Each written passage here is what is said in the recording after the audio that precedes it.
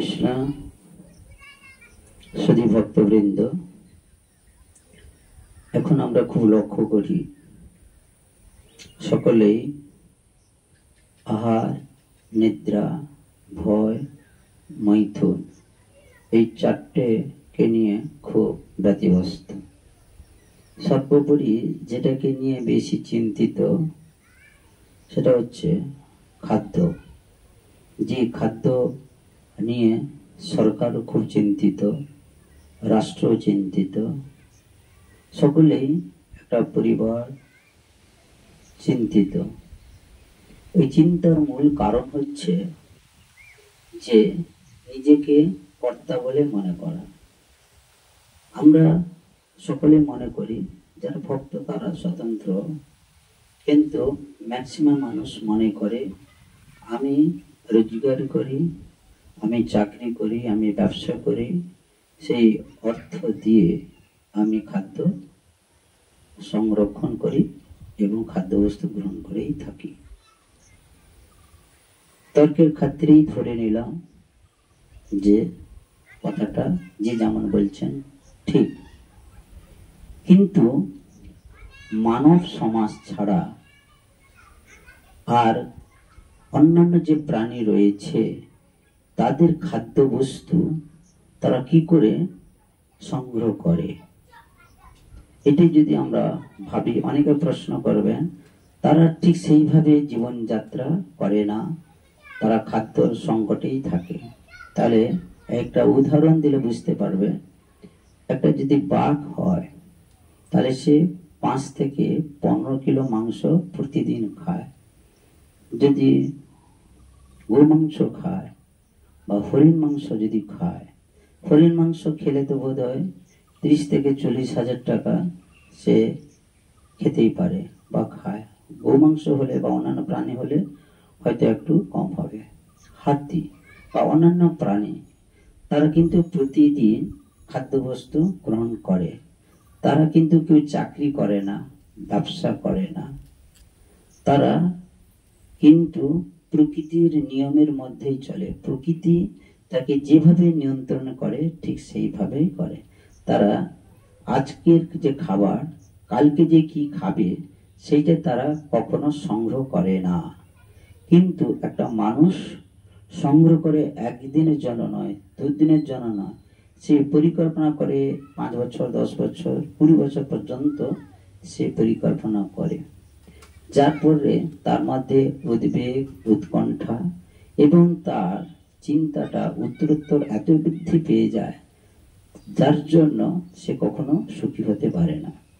এই জন্য অন্যান্য প্রাণীদের কোনো খাদ্য সংকট হয় না, কিন্তু মানব সমাজে কেবলমাত্র খাদ্য সংকট হয়। এই নিয়ে বিভিন্ন রাজনৈতিক দল, নেতা, মন্ত্রী বিভিন্ন রকমের পরিকল্পনা করে থাকে।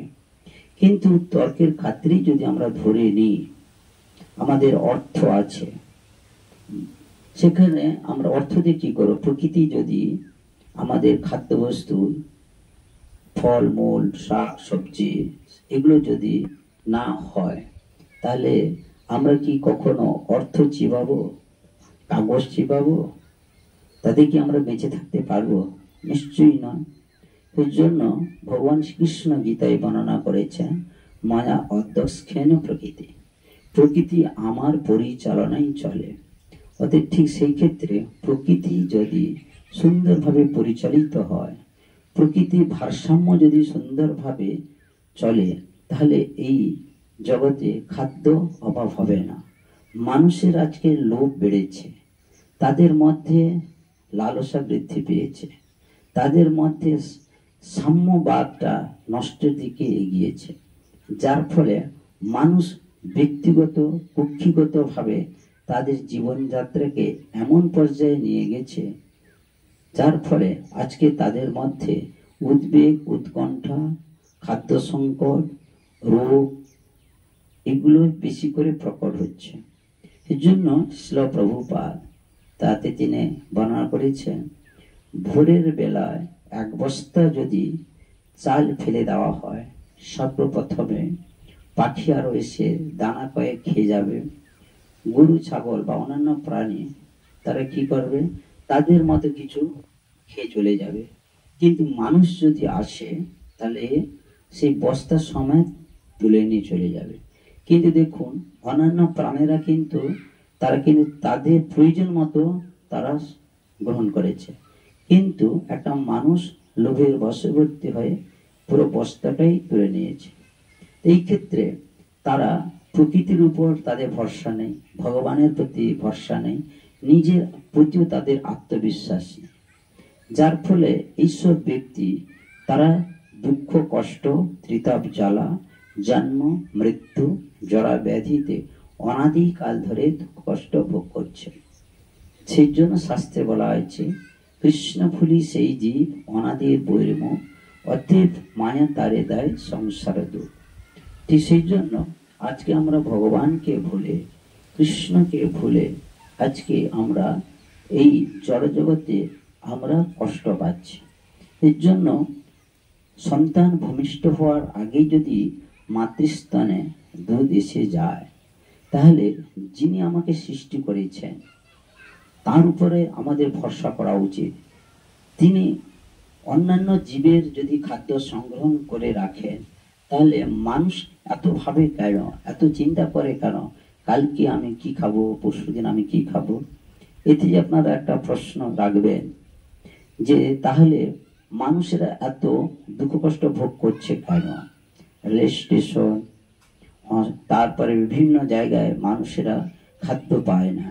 হ্যাঁ, কিন্তু প্রত্যেকটা জায়গায় আমাদের ভাবতে হবে যে যার নিজ কর্মফল কিছু না কিছু তাকে ভোগ করতেই হবে।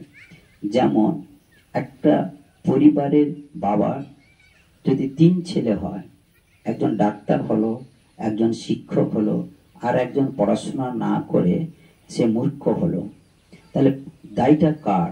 দায়টা হচ্ছে যে পড়াশোনা না করে মূর্খ হয়ে সে রোজগার করবার চিন্তা ভাবনা করলো না। ঠিক সেইভাবে আমাদের জীবনযাত্রা যদি কৃষ্ণমুখী হয় এবং শাস্ত্রের অনুশাসন যদি আমরা মেনে চলি এবং ভগবত সেবায় যদি আমরা নিয়োজিত থাকি, তাহলে কখনোই আমাদের এই খাদ্য সংকট আসবে না। এবং সর্বোপরি এই যে বিভিন্ন রকমের যে ক্লেশ, এইখান থেকে আমরা মুক্ত হতে পারবো। তাই যাদের এই বিষয়ে যাদের বিশ্বাস নেই, তাদেরকে আমরা অনুরোধ করব, আপনারা চেষ্টা করে দেখুন না, ভগবানের প্রতি ভরসা করুন, প্রকৃতির উপরে আপনারা ভরসা করুন, সর্বোপরি আমার নিজেকে ভরসা রাখুন যে আমাকে যে সৃষ্টি করেছেন, যিনি আমাকে পৃথিবীতে আনিয়েছেন, তিনি নিশ্চয়ই আমাকে কোনো সমস্যার মধ্যে ফেলবেন না। ঠিক সেই ক্ষেত্রে যাদের মধ্যে সুদৃঢ় বিশ্বাস এবং যাদের ভগবানের প্রতি যাদের নিষ্ঠা রয়েছে, সেই সব ব্যক্তি কখনো খাদ্য অভাবে তারা কখনো কষ্ট পাবে না।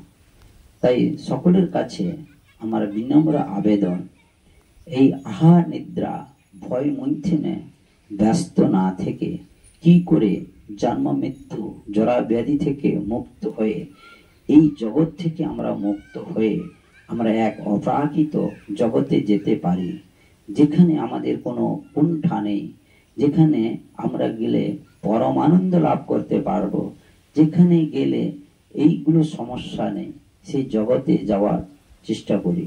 তাহলে দেখবেন এই জগৎটাই যে দুঃখ যন্ত্রণায় যে আমরা ভোগ করছি, তখন কিন্তু আমরা পরম সুখ পরম আনন্দ লাভ করব। শুধু নিজে নয়, আমাদের সঙ্গে যারা রয়েছেন তাদের কেউ যদি আমরা এই ভাবনার মধ্যে আনতে পারি, তাহলে কিন্তু এই জগৎ অনেক আনন্দ লাভ করবে এবং সকলে আমরা সুখে থাকব। হরে কৃষ্ণ কৃষ্ণ কৃষ্ণ হরে হরে, হরে রাম রাম রাম হরে হরে। জয় শিল প্রভুপাদ কি জয়।